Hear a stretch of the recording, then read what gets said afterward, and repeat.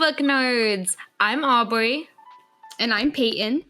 And today we're going to be talking about the books we were forced to read in high school. So join us with a cup of coffee as we dive into these paper sheets. All right, jumping right into things, Peyton and I have compiled a list of 5 books we both had to read in high school to give our thoughts on as avid readers, but maybe not the readers who would choose to read these types of books. So without further ado, let's jump into our first book. It's our book number 5 on the list, and that is Lord of the Flies. Golding's Lord of the Flies in short from Goodreads is, at the dawn of the next World War, a plane crashes on an uncharted island, stranding a group of schoolboys, at first with no adult supervision. Their freedom is something to celebrate. This far from civilization, the boys can do whatever they want. Anything. They attempt to forge their own society, failing, however, in the face of terror, sin, and evil. As order collapses, of course, and strange howls creep in the night, as terror begins its reign, the hope of adventure seems as far from reality as the hope of being rescued. Labeled a parable, an allegory, a myth, a morality tale, and a parody of political treatise, even a vision of apocalypse. Lord of the Flies is perhaps our most memorable novel about the end of innocence and the darkness of man's heart. That's a mouthful. That's a lot, and Goodreads went deep with that description. Goodreads got into it immediately. Yes. So, do you remember what grade you read Lord of the Flies? I think I read Lord of the Flies sophomore year. I did too. I believe it was sophomore year. Yeah.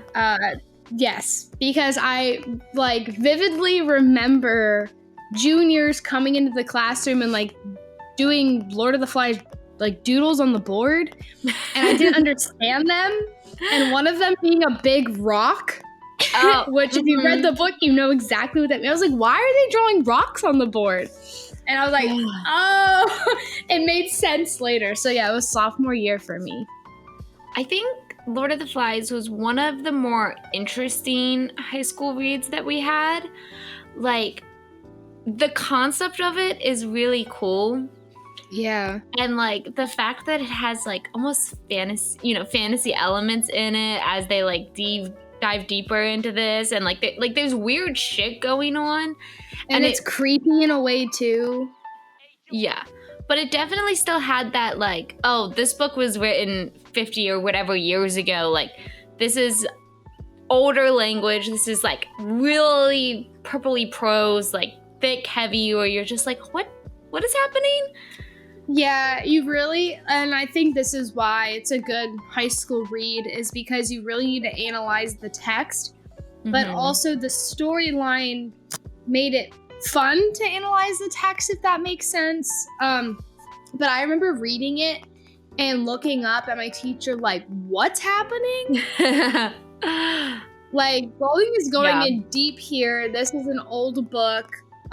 So yeah, I mean, definitely see why it's a classic, but out of all the books I've read in high school, definitely in my top 3.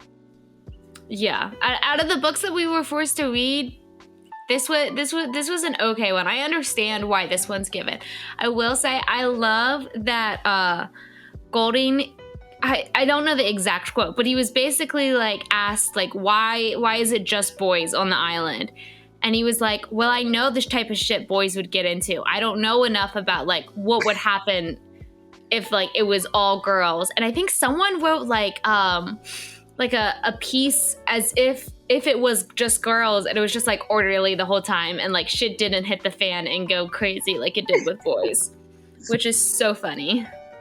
Yeah, it is silly when you think of it like that. And now, I guess that would, we are a decent amount removed from sophomore year in high school. Yeah. Looking back and reflecting, and then reading some interviews with Golding, and I kind of wrote down some stuff here. It's just thoughts now that we're so far removed, and we haven't read the book in so long. I haven't read any of these books or even thought of them in so long. But this one really sticks out for me in high school. It really does. And so, like, Golding putting these boys, which you just said, and on this deserted island, he's, by putting people in a savage setting, he was able to trace the defects or the downsides of human nature, right? So, like, in life, we are used to our luxuries and systems, and you go to work and you have a manager, and that manager has a manager. You go to school and your teacher has a boss, and that principal has a superintendent. So, you know, like, there's these levels in society. But when you take humans and strip it all down in a survival setting, you're going to find the traces of what makes us human and the downsides of what makes us human. So, like, it's, like, so meta, but, and I don't think my, like, sophomore age brain could, like, grasp that. But now, like, and by them being boys, it, like, there's innocence there now, too. So, oh my god, yeah, this book is insane. It's definitely, it's one of the better ones. I can appreciate what it is. I'm not returning back to read any of these books. No, one and done. This is probably one of the last times I'll talk about this until my kids read them.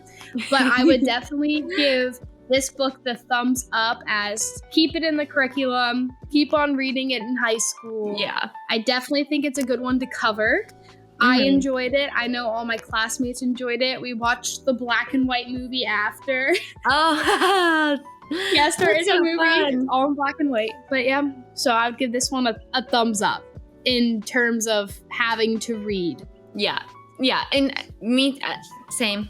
Thumbs up for if you have to read a book in high school English class. Yes. All right, number 4 on our list, the classic playwright himself, Shakespeare with Romeo and Juliet. The love play. Love play. Well, this infamous play is summarized by Goodreads as Shakespeare creates a violent world in which 2 young people fall in love. It is not simply that their families disapprove. The Montagues and the Capulets are engaged in a blood feud. In this death-filled setting, the movement from love at first sight to the lovers' final union in death seems almost inevitable. And yet, this play, set in an extraordinary world, has become the quintessential story of young love. In part because of its exquisite language, it is easy to respond as if it were all about young lovers. And I think to start us off that is a really good point, is that even now when we just reacted to Romeo and Juliet, like, it's kind of got smushed down to this, like, oh, it's a stupid love story. But there's so much more going on in this story. And I think especially when you're reading it, as I read this freshman year, and you're, like, doing the no fear versions where you can actually figure shit out, and you're like, oh shit, like, there's a lot more to this than, like, a 13 and 16-year-old killing themselves because they're stupid fools. Yeah, no, we kind of, like, acted this out too in class, which I think was our teacher's way of, like, keeping us engaged. Yeah. And then you're like, who's gonna be Juliet? And then we're all, like, kind of fighting over that role. Anyways, like, that's my theater side. I'm like, I'm gonna be Juliet. I don't know if I was that. I, like, literally can't remember. In the death scene, I was Romeo, and my best friend was Juliet, and we played it together. Love that. No, so, like, this is the, like, quintessential Shakespeare story. Like, the second, especially, I'm sure all of our lady friends, like, the minute you think of Shakespeare, you're like, Romeo and Juliet, right? It's a story about young lovers, but I also think it's a story of what will you do for love, right? You have the Capulets and the Montagues, and they hate each other. Yeah. And so many rom-coms have taken inspiration from Romeo and Juliet. So we've seen the did you say the gnome? Yes. Romeo and Juliet. Guys, Romeo and Juliet is a great movie. The adaptations are just amazing all around. No, man, I'm gonna watch that tonight. Like, the next time we podcast, I'm gonna give a review of the movie. Yeah, I think the last time I watched it, I was absolutely. like 8 years old. Writing it down right now. Yeah. Dude, Yeah. yeah, writing this down tonight on my calendar. We are watching Romeo and Juliet. But anyways, you know, it's this story about what will you do for love, Mhm. and you know, it's this battling like family over love and inner conflict. And Shakespeare was so beyond his time with this story. Everyone loves it. It's cliche now because, well, it's Romeo and Juliet. But it started but, it all. It started it all. It started Yeah. like the heart of love stories. And I think this is one that should always stay in schools. And Absolutely. you know, from a little girl, you learn the story of Romeo and Juliet, but do you ever actually read it? Mm-hmm. And I think that's why these books, Shakespeare's plays, are so important to read, because we know about them, yet are we actually digesting them? So yeah, Romeo and Juliet was fantastic to read in school, and Absolutely. it was good fun. Yeah, Romeo and Juliet should never be removed from the curriculum. Like, I feel like that's one I remember being so excited to get to do, even if, like, you know, there's people and they're like, oh my god, it's cheesy, but like, it wasn't cheesy. Everything that came after it was cheesy. That's the cheese. That's the cheese. That's what, yeah. And then we got to watch the movie adaptation, the one where they're like, they use all of the same language. We didn't watch the Haley Steinfeld one. We watched the one where they used all the same language, but it's like modern day and they have like guns and cars and... Oh. Do you know which one I'm talking about? No, I don't know. I don't think so. It was a mess and highly entertaining, and I would recommend it. Maybe not over Romeo and Juliet. That has to be funny though, because they are keeping the Romeo. Yep. All the same, like, High English. Beautiful. So, great, thumbs up. Great story. Yeah, great story. Yes. All right, let's jump into our third book here. We were forced to read in high school, and that is Of Mice and Men. I'm very, very excited to talk about this book. But let's jump into the Goodreads description of this short Steinbeck novel. They're an unlikely pair. George is a small and quick person, and Lenny is a man of tremendous size, and he has a mind of a young child. Yet, these two have formed a family, clinging together in the face of loneliness and alienation. Laborers in California's dusty vegetable fields, they hustle work when they can, living a hand-to-mouth existence. But George and Lenny have a plan to own an acre of land and a shack that they call their own. They want their own farm. Give them their land. They just want their own land. While the powerlessness of the laboring class is a recurring theme in Steinbeck's work in the late 1930s, he focused more so on composing Of Mice and Men, about creating an intimate portrait of two men facing a world marked by petty tyranny, misunderstanding, jealousy, and callousness. But though the scope is narrow, the theme is universal, a friendship and a shared dream that makes an individual's existence meaningful. That is a lot to take at once. Yep, that's a mouthful. But in a short book, Steinbeck has broken open the idea of the American dream. Yeah. And there is a certain purpose to that is very important to read and learn, even though the book is very controversial. I read this book sophomore year, and because it's so short, we read it in it was like assigned on Friday, and you had to have read the whole thing by Monday. Oh wow. And my memory of this book is like oh really? The biggest thing I remember of this book is that then we had a writing assignment where we had to write an alternative ending, and mine was like gruesome as fuck, and that's all I really remember. Yeah, so Of Mice and Men, I read this, I believe, junior year. Okay. I read this junior year. Yes, because I was thinking about the teacher I had. We should shout out our high school somewhere during this. I did not. I went to Hamburg. Let's go Hamburg Hawks. I was trying to find clothes to wear today to show off my high school. Don't have any where I live now in Westchester. So I wore red because that's my alma mater's colors. So go Hamburg. Shout out Mrs. Pallarino. You're my favorite English teacher. And it was so awesome, even though it got cut short because of we're not going to talk about the big C.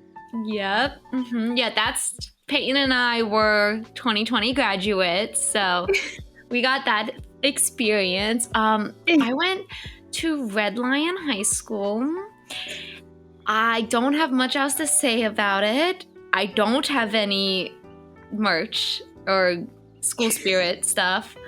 I'm glad I don't go there anymore. No, I did. I enjoyed my time. I had some really good teachers.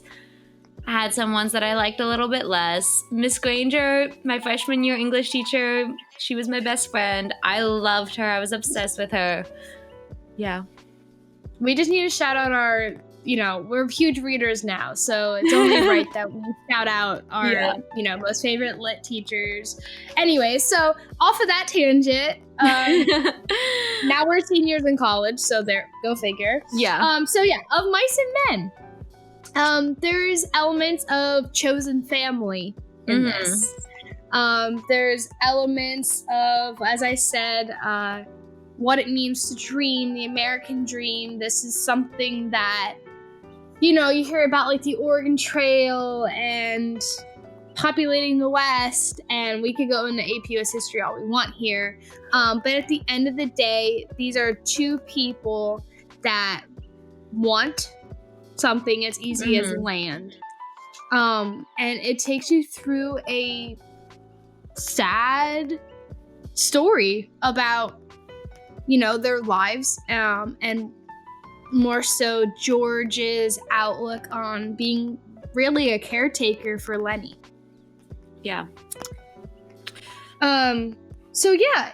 This book we spent probably 2 weeks dissecting, not a weekend. So I may just have more fond memories than you do. I think what's good about this book is that I think it, like you said, it holds a lot of content in it that's important and that you can see, and then maybe some other stuff that, But what's also really nice about Mice and Men is that it's hella short. And when you're looking, I was in honors English and we really did speed this book, but I think that Mice and Men can be a really good book if you took your time more with it, and students don't have to read a huge book to still get the themes and ideas of this time period. And John Steinbeck is a huge name.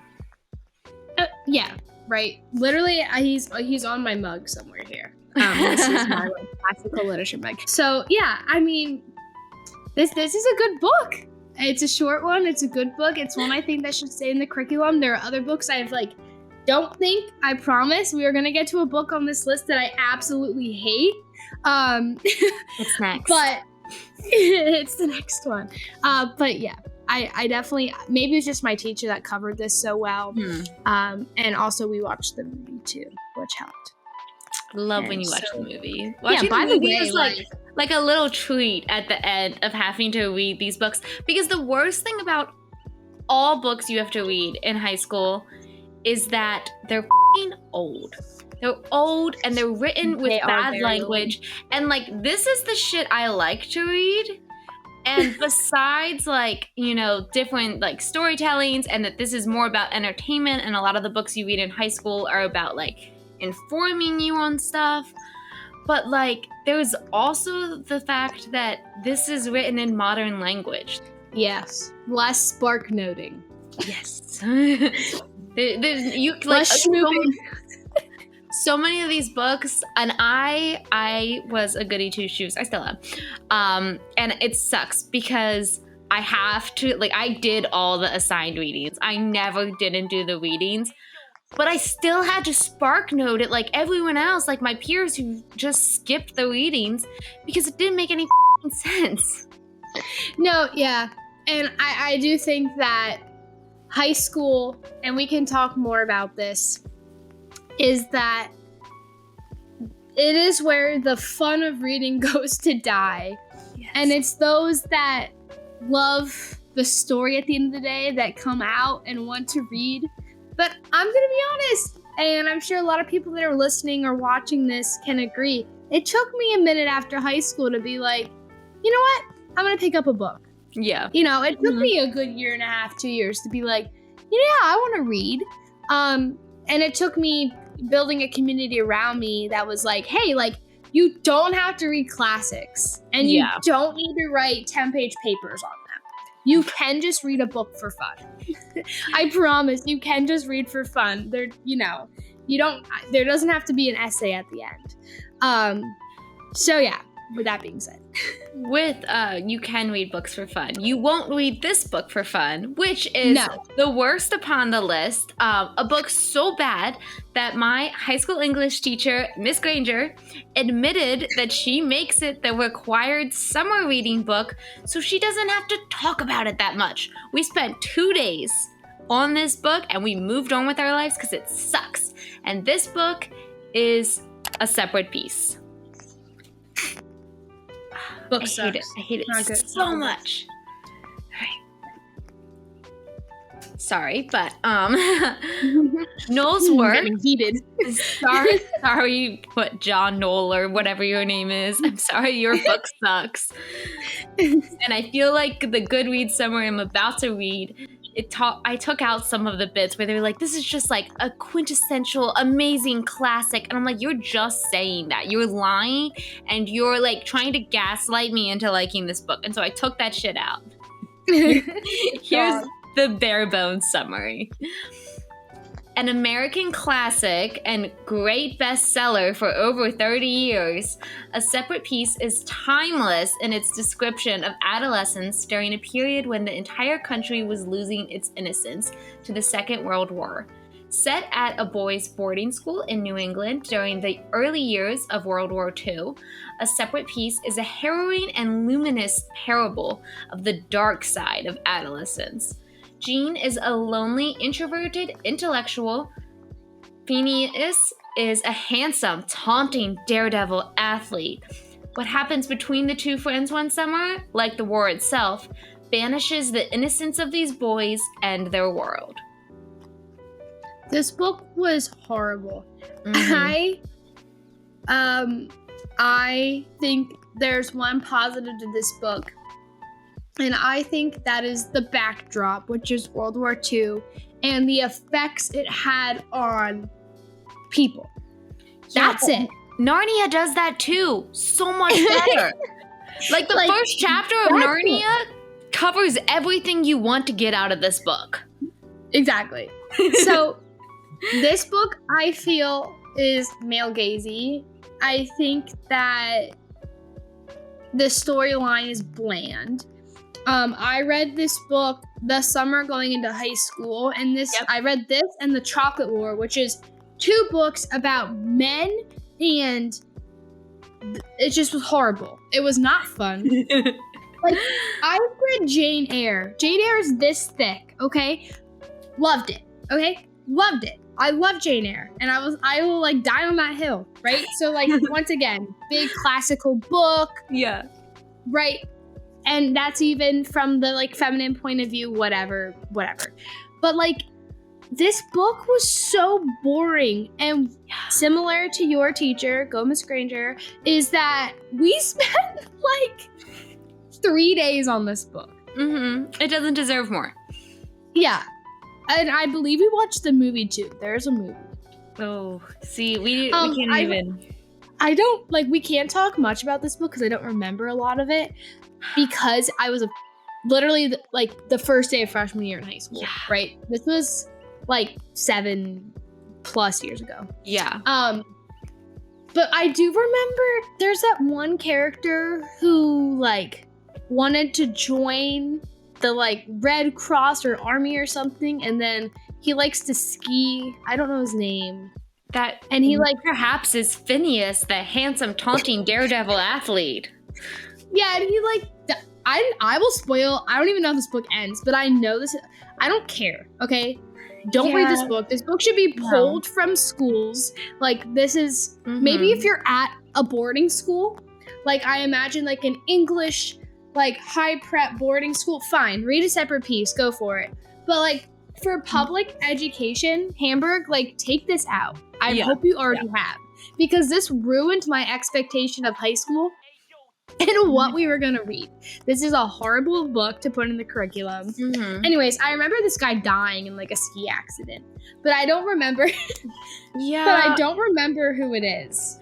I know that like the main plot is like these two dudes are hanging out and having fun, and like the most interesting thing is, are they gay for one another? But like obviously this book was written forever ago, and they don't even like that's the only good like interesting thing that this story could have, and it skims over and like doesn't highlight any of that. Like it doesn't show that relationship, so whatever. But then the one ends up like breaking the other guy's arm, and then like that like screws over his future, and the book ends with like this weird like flash forward in time when he like visits the other one's like estate, and they're like pissy with one another because like they ruined each other's lives because of like injuries or something.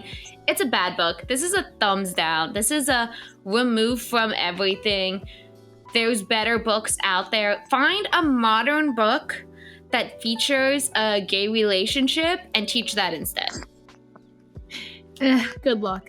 Yeah, this is like the school's way of being like, we're gonna talk about possibly. Yeah, that's exactly what I thought. I was like, are we gonna talk about how these people like George or whatever his name is, Gene, I don't know. He's definitely gay for like Phineas, and Phineas is like super closeted, and because he's like the strong athlete, and he's like, I will break your arm. Read Song of Achilles. That's freaking Greek mythology. Yes! That's if we started my high school freshman year out with Song of Achilles, it's prosy as shit. Like it's a good. Hold on. Wait, I have it too. This. I'm coming. Yeah, take out a separate piece from your curriculum and put in this book. This is better written. This is more interesting. I don't care. You read so many American classics. Let's have some good, fun Greek mythology.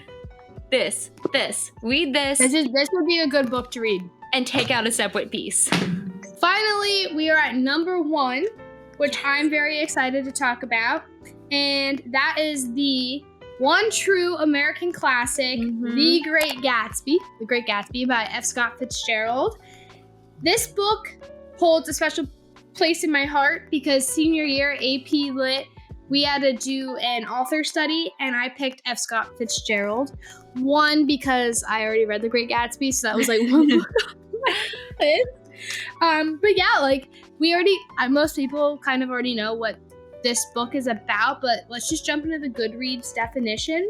Goodreads quotes Fitzgerald's The Great Gatsby as one of his books that stands out as the supreme achievement of his career, which I would agree. Yeah. I do think it's probably the best of his career. Having read his other books, I can tell you it's the best of his books. This novel of the Jazz Age has been acclaimed by generations of readers. The story of the fabulously wealthy Jay Gatsby and his love for the beautiful Daisy Buchanan, of lavish parties on Long Island at a time when the New York Times quoted gin was the national drink and sex was the national obsession. It is an exquisitely crafted tale of America in the 1920s. You know, it's just such a great story. How much can wealth buy you? Is love worth throwing away wealth? Is it? I don't know. It's so good. I especially like the vibes of it all, and just like really like this is a book where you're just thrown into the world, and all of the scenes you're just like, oh wow.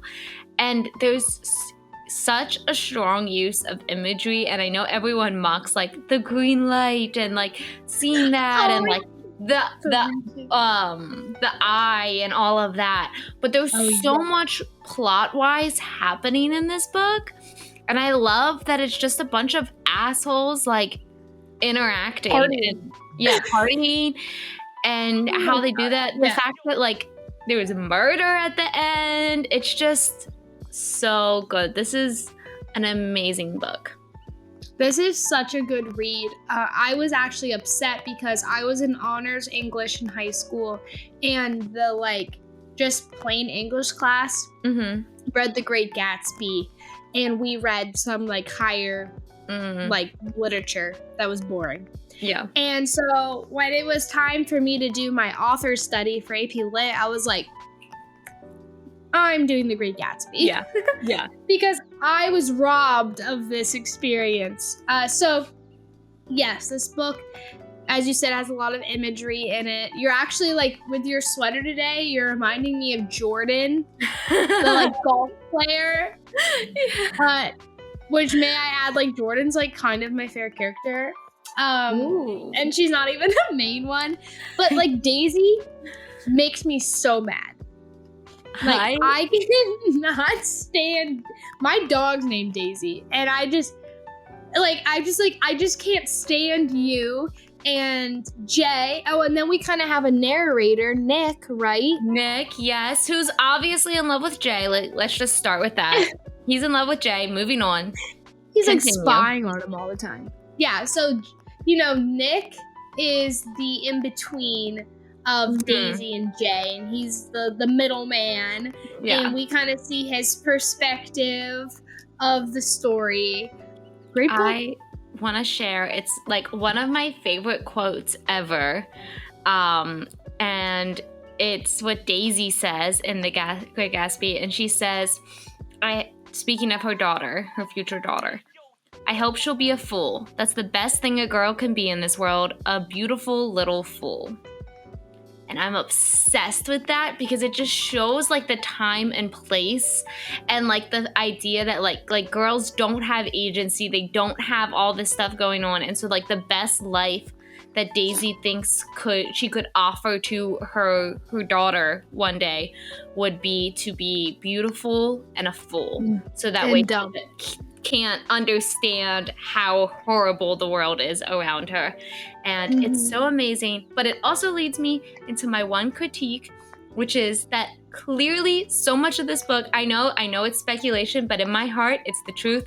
This was written by Zelda Fitzgerald. This was not written by F. Scott Fitzgerald. This is a stolen book written by the one amazing, beautiful Zelda Fitzgerald. Thank you. Yes. I agree. I was about to say that. People were like, well, maybe Daisy is supposed to be Zelda. No. Zelda wrote this about her life because she was trapped with the psycho F. Scott Fitzgerald. Guys, other than The Curious Case of Benjamin Button, which also is just like a weird short story, this man wrote a whole book about a person, a guy, who likes to sit in a bathtub and collect stamps, okay? That's The Beautiful and the Damned. Like, this is Zelda's book. And I know for a fact he had her locked up in like the loony bin or something because she probably was just too smart. And he's like, stay where you are. She's the original Flapper. Like, when you think of Flapper in your mind, what you're picturing, that's my lady, that is my queen, Zelda Fitzgerald. She wrote this book. It is a masterpiece. Her name should be on it. And yeah, the only thing is I think they need to teach in schools that, like, this was Zelda. I do think it would be smart if they would go over, like, what if this was written from a female's perspective, right? Because you said that quote, and that struck me as a woman. Like, wow, like, that's deep. And no offense, but unless he was woke, I don't see a man at that time period coming to that conclusion. I just don't. No. Of course, and also having read some of his other work, I'm just like, no. No. There's Even something wrong. If he wrote some bits of this book, like, there was no way that quote by Daisy didn't come from Zelda's mouth. Like, she said that or she wrote that and he took it. And there's, like, nothing that in the world that could change my mind on that. Because it's so profound and, like, feminist for that time period. Like, obviously today you're not going to say that. Like, you want a girl to be so much more than a beautiful fool. But for that time period, I feel like that's, like, so strong and so amazing for that time. And no, a man didn't write that. I'm sorry. He didn't. He didn't. A man did not write that. I can tell you that right now. Yes, great book. Keep in the curriculum. Keep reading. Let's talk about, maybe some of those underlying conspiracy theories, which in my eyes are true and definite. But yes, so that's all we have time for today. Yes. Let us know if you agree with our hardcover of these classic high school English books we were forced to read. And let us know in the comments or send us a message if you have any recommendations on what we should discuss next time. Yes. Thank you all so much and happy reading. Happy reading. Bye.